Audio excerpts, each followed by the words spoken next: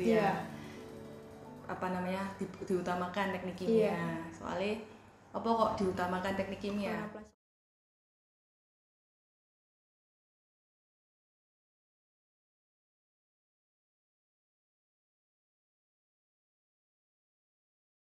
Soalnya selain diambil kimianya, anak teknik tuh pikirannya lebih sistematis kan gitu kan. Ya, karena kita diajari untuk merancang suatu pabrik, untuk merancang suatu alat. Ya itu yang pengen dicari biasanya buat orang pencari kerja gitu.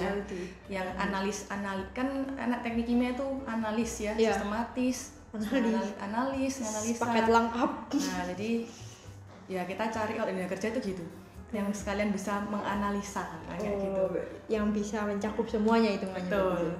Jadi memang teknik kimia ini suatu yang pakai komplit hitungannya. Ya hitungannya kalau ya saya dulu bersyukur ya kuliahnya pas seneng ngambil teknik kimia. Jadi ya kepake di perusahaan itu benar-benar kepake gitu ya. Kamu mau di manapun ilmu teknik kimia itu pasti kepake ya. Meskipun enggak di R&D gitu ya. Tapi sistem berpikirnya itu yang dipakai. Mungkin selain di R&D di mana aja yang teknik kimia itu? Yang diproduksi itu pasti dipakai di produksi teknik kimia. Jadi menganalisa suatu proses ini kalau misalnya di tempatku kan cuman mixing aja ya. Jadi pencampuran komponen. Iya, komponen. Ya apa dapat no mixing itu rasio blade-nya kan gitu kan ya. Dulu kan kita kuliah ya. Iya, gitu dapat kuliah. Rasio pengaduknya gitu kan. Diameter tangki, ukuran tangki, tinggi tangki, ukuran fluidanya seberapa, harus turbulensinya gitu kan ya. Itu syarat lulus teknik kimia. Kalau nggak bisa itu nggak lulus. Ya itu pasti kepake di situ. Itu pasti kepake. Betul. Terus nata layout kita kan dulu kan TA. Di TA ya? Iya, di TA, layout pabrik. Betul, layout pabrik ya. Desain pabrik ya itu sangat kepake berarti. Kepake lah. Itu kepake benar-benar kimia itu. Selain di R&D situ ya pokoknya di R&D itu di posisi manapun pasti kepake. R&D itu nanti berarti dibagi lagi aja ya? R&D itu nanti ada QC, jadi ada yang bawain QC sama produksi betul. Berarti Dina di produksinya? Ya, jadi R&D produksi. Oke. Mungkin dengan bergejolaknya perekonomian dunia ini kan lagi naik, lagi turun, lagi maksudnya tidak stabil lah. Apakah ada pengaruh di bidang R&D sih? Pengaruh di bidang R&D ya, gejolak gini ya. Ya R&D itu tantangannya yaitu kalau dengan kondisi sekarang nih nyiptain produk dengan harga yang minimalis, betul, dengan kualitas yang tinggi. Itu tantangannya. Susah ya berarti, susah tapi menantang. Oke, mungkin dalam menjalani kendala itu berarti harus research-nya lebih ditingkatkan sih ya. Betul. Jadi ya risetnya kesukaan ngutek-ngutek bahannya gitu ya. Istilahnya ngutek-ngutek bahan gitu ya. Ya itu harus lebih sering. Oke. Mungkin bisa dijelaskan mungkin gambaran R&D di masa mendatang ini kira-kira bagaimana nih? R&D di masa mendatang ya. Kalau R&D di masa mendatang nih gambarannya ya semakin banyak tantangan sih pasti ya. Semakin susah gitu ya. Semakin harus berpikir keras gitu ya. Iya, semakin harus memutar otak dan harus mau belajar. Gitu. Jadi ya harus mau belajar ilmu-ilmu baru ya. Kan kalau di R&D itu kalau kita nggak mau belajar juga, kita ya pasti ketinggalan. Update, pasti update, ketinggalan informasi, ketinggalan berita terkini. Betul. Tantangannya harus ya banyak belajar. Oke, jadi kalau mungkin ini sedikit di luar perusahaan, mungkin di luar karir, berhubungan tapi di sini kan Dina sebagai perempuan ya dia. Betul. Nah, saya itu sempat juga berbicara dengan beberapa alumni perempuan. Itu mereka itu berbeda pendapat ya, banyak pendapat yang ada. Mungkin saya juga bisa menanyakan pendapatnya Dina mengenai perempuan yang berkarir sih. Apakah mungkin pandangan Dina mengenai perempuan yang berkarir itu bagaimana sih? Pandanganku mengenai perempuan berkarir ya. Perempuan berkarir itu buat aku. Perempuan berkarir itu buat aku ya tantangannya banyak ya. Tantangannya banyak. Tapi karena aku memang suka karir ya. Aku suka mencapai sesuatu yang gitu. Jadi aku suka itu ilmuku tuh terpakai.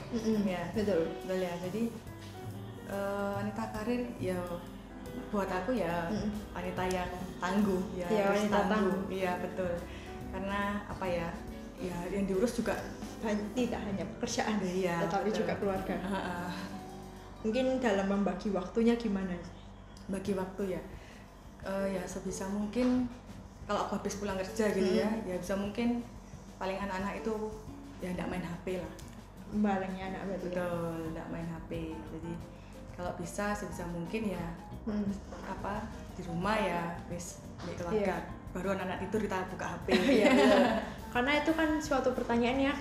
Sebagai saya sendiri ya, sebagai perempuan yang nantinya juga lulus sebagai lulusan teknik kimia itu masih ada gejolak kayak iya ya, kalau misalnya kalau masih muda masih nggak apa-apa, oke lah kita berkali nggak ada tanggungan. Tapi kalau misalnya kita sudah mulai berumah tangga itu kan kayak kita juga memikirkan anak gitu. Betul. Ya sih buat aku pesen ya nggak perlu takut sih jadi wanita karir gitu ya. Nggak perlu apa namanya mikir terlalu jauh nanti bagi waktunya ya apa. Ya nanti sejalannya itu dengan kita, kalau kita wis enjoy dengan karir kita gitu ya. Ya nanti kita pasti bisa bagi waktu sendiri lah. Ya nggak perlu takut. Oh nanti aku lagi berkarir keluargaku apa namanya kayak tidak terurus gitu ya. Ya pas libur pas apa ya bisa mungkin kita berikan waktunya kepada keluarga. Iya betul. Iya betul sekali sih itu. Jadi kayak sebenarnya wanita berkarir pun itu tidak masalah berarti Ci ya. Tidak masalah buat aku sih.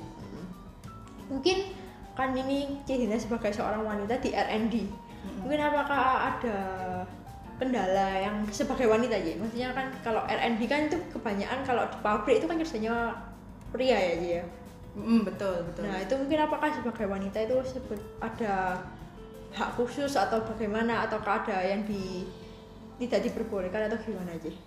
Sebenarnya kendala yang ada di dalam pabrik kendala ya sebagai R&D. Tak inget ya dulu aku kalau kendalaku di R&D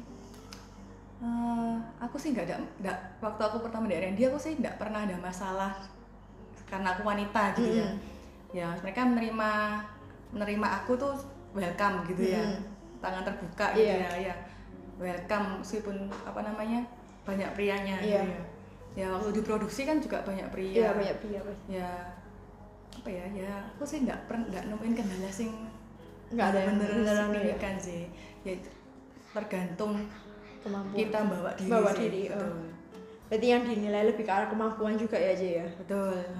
Ya kendalanya paling kadang itu dulu tuh kalau waktu aku pertama kerja gitu ya kan biasanya kita ngadepi orang yang lebih tua gitu kan itu perlu perlu belajar.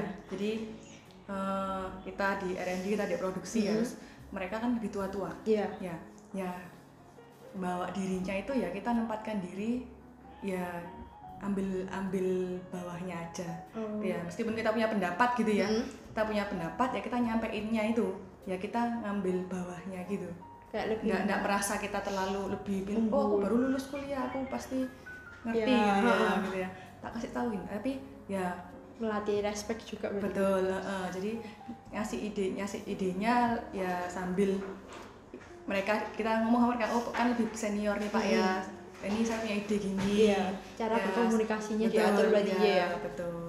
Berarti sebenarnya pun nggak ada masalah sebagai wanita berada di R&D ya. Betul.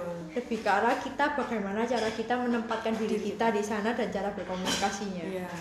Oke, mungkin yang lain tuh seperti kalau di R&D itu apakah R&D itu juga akan ada kesinambungan dengan pihak marketing atau gimana aja? Mungkin kalau cara kerjanya R&D. Oh gitu.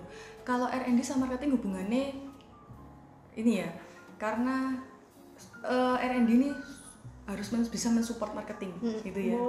Ya jadi harus bisa mensupport marketing dari segi kualitas barang. Iya betul. Dari segi kualitas barang sama dari segi pelayanan. Selain kualitas pelayanan juga perlu kan gitu ya. Nah marketing ini kan biasanya banyak masukan ya kan. Nih minta produk A, B, C kan gitu ya. Di pasar lagi A, B, C gitu ya. Nah ya kita ya apa nangkep kita harus bisa nangkep masukan mereka. Jadi masukan mereka apa dari PR harus bisa nangkep itu. Oh bisa gitu ya. Dikembangkan sebagai produk baru. Ya. Oh ini ya berarti tak kembangin kayak apa ya. Gitu.